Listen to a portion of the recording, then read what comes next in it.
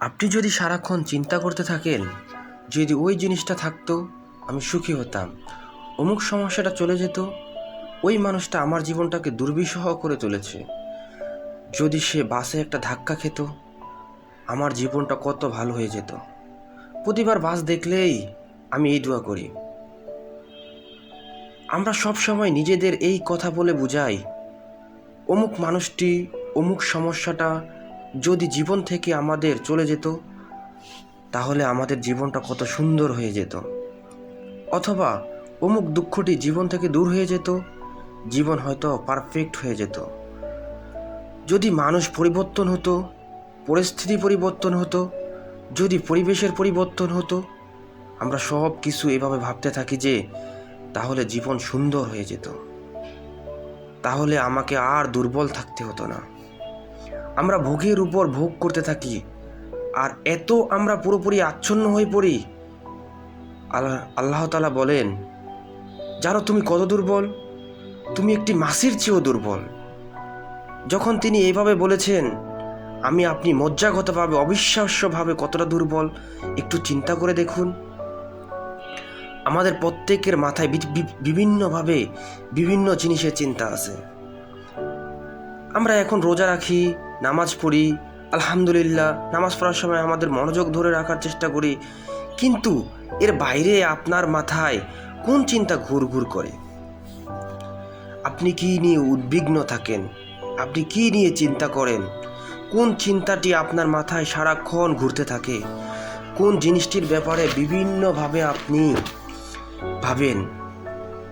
যদি ওই জিনিসটা থাকতো, আর কোন জিনিসটির ব্যাপারে ভাবেন যদি ওই জিনিসটা না থাকতো? কারো জন্য অসুস্থতা, কারো জন্য ডিপ্রেশন, কারো জন্য দুঃখ, কারো জন্য কোনো ব্যক্তি, কেউ কেউ ভাবেন ওই মানুষটা যদি আমার উপর খুশি থাকতো, তারা অন্য একজনের খুশি করার চিন্তার মশগুল হয়ে থাকেন। যদি আমার বাবা আমার উপর খুশি হতেন তাহলে আমি খুশি হতাম, আমি সুখী হতাম। কিন্তু আপনার বাবাও তো একজন মানুষ, তিনি যদি আবার খুশি হয়েও যায় বা খুশি হয়েও থাকেন, কিন্তু কাল হয়তো আপনার বাবা শেষ হয়ে যেতে পারে, আপনার বাবার জীবন শেষ হয়ে যেতে পারে। তারপরও আপনি কি করবেন? এরপর আপনি কোথায় দাঁড়াবেন? আমি আর আপনি শুধু এসব জিনিসের পিছনে ছুটতে থাকি।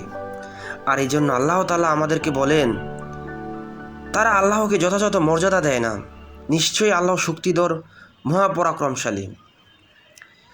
তুমি দুর্বল, কিন্তু আল্লাহ তাআলা সর্বশক্তিমান। আল্লাহ আরও বলেন, তোমরা আমাকে যথাযথ মর্যাদা প্রদান করনি। জানেন তিনি আমাকে আপনাকে কি বলেছেন? তিনি বলেছেন, তোমরা বিভিন্নভাবে বিভিন্ন জিনিসের পিছনে ছুটছ, তোমরা বিভিন্ন মানুষের পিছনে ছুটছ, তোমরা এই দুনিয়ার যত কিছুর পিছনে ছোটো না কেন, এর প্রতিটি জিনিসেরই একদিন সমাপ্তি ঘটবে। এর প্রতিটি জিনিস দুর্বল, এজন্য তুমিও দুর্বল হয়ে পড়েছ। এর ফলে বারবার যত ক্ষতির সম্মুখীন হচ্ছ, কিন্তু শেষবারের মতো তুমি এই সিদ্ধান্ত গ্রহণ করবে, তোমার সাথে তোমার যত চাওয়া পাওয়া আছে, তার চেয়ে সবচেয়ে বড় চাওয়া পাওয়া হলো তোমার মালিক, তোমার রবকে খুশি করা, তোমার রবকে প্রাধান্য দেওয়া। তখন তুমিও শক্তিশালী হয়ে উঠবে। যখন তুমি তোমার রবকে প্রাধান্য দিবে, তুমি তোমার রবকে খুশি করতে পারবে।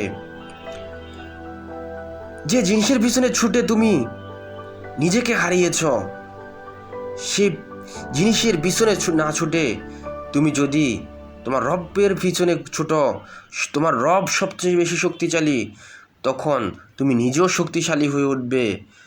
তখন তুমি আর ভেঙে পড়বে না ওই জিনিসের জন্য।